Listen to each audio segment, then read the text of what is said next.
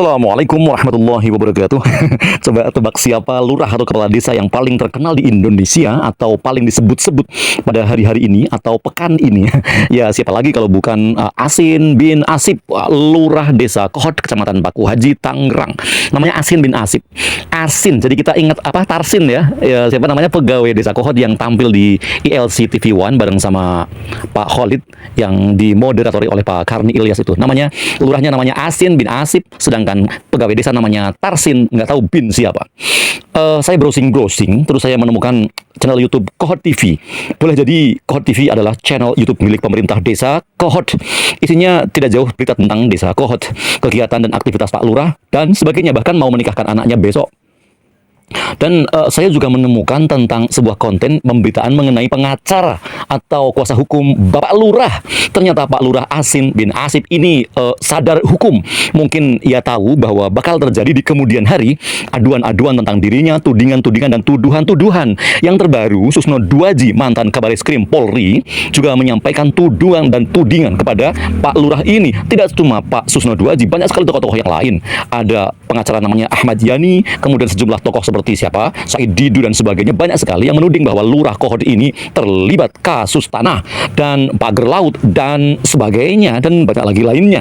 Dengan kondisi yang tajir melintir, orang-orang bahkan mencurigai keberadaan mobil Rubicon milik Pak Lurah Asin bin Asip. Kita dengar dululah apa kata pengacara Pak Lurah Yunihar SH, kuasa hukum atau pengacara Pak Lurah Kohot Paku Haji Tangerang Asin bin Asip. Assalamualaikum warahmatullahi wabarakatuh. Saya Yunihar, kuasa hukum dari Lurah Arsin. Dalam ini ada dua orang lawyer yang mendampingi beliau hingga saat ini. Saya ingin menyampaikan terkait dengan pemberitaan yang beredar, baik itu di media massa maupun di media sosial. Dalam hal ini klien saya sangat keberatan terkait dengan isu-isu beredar yang cenderung menyudutkan dan kemudian merendah dan atau kemudian mendiskreditkan beliau, baik itu secara personal maupun sebagai jabatan kepala desa Kohot Kecamatan Paku Haji Tangerang. Bahwa saya ingin sampaikan kepada khalayak semuanya, saya ini menjadi lawyer Lurah Asin itu dari 2018, di mana pada saat itu beliau belum menjadi kepala desa. Terkait dengan kendaraan yang beliau miliki itu sudah ada sebelum beliau menjadi kepala desa. Sehingga saya tahu persis ketika beliau menjadi kepala desa dilantik tahun 2021, antara dulu dengan sekarang itu tidak terlihat ada perubahan yang signifikan. Walaupun betul ada kendaraan yang ada perubahan dari sedan menjadi jeep. Nah, sehingga dengan adanya pemberitaan itu, dengan ini saya selaku kuasa hukum mewakili dari klien saya menyatakan informasi itu tidak benar, hoax. Saya pastikan itu hoax.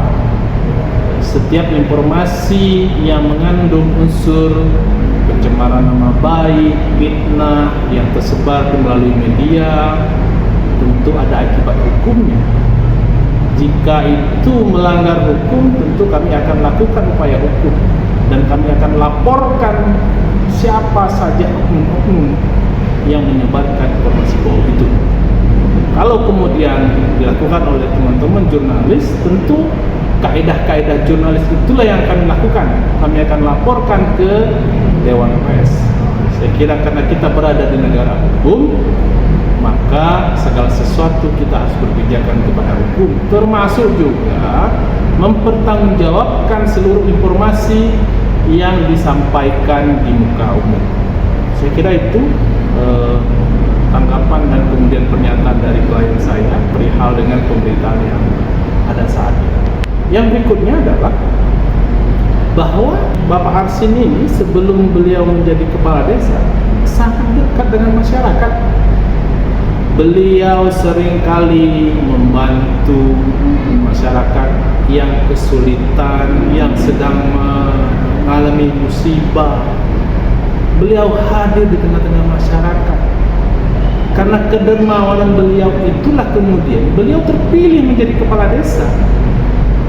Dan perbuatan, kebiasaan yang beliau lakukan sebelum menjadi kepala desa hingga saat ini masih juga terjadi, dan beliau masih intens, bahkan lebih tinggi lagi intensitas volume. Bagaimana kemudian kebaikan-kebaikan yang beliau berikan bukan hanya kepada masyarakat Kohot, ini yang penting, beliau juga membantu masyarakat lain di luar Kohot. Nah, ini juga yang harus dipahami. Saya membela klien saya, menyampaikan ini, tapi berdasarkan fakta yang ada. Saya kira itu pernyataan dan sebagai klarifikasi saya selaku kuasa hukum Pak Arsin. Terima kasih. Assalamualaikum warahmatullahi wabarakatuh. Demikian informasi yang dapat saya sampaikan untuk hari ini. Semoga memberi manfaat. Salam dan doa kami untuk keluarga dalam perlindungan Allah, dalam dekap kasih sayang Rahman dan Rohim Allah Subhanahu wa Ta'ala. Allahumma amin. Terima kasih. Wassalamualaikum warahmatullahi wabarakatuh.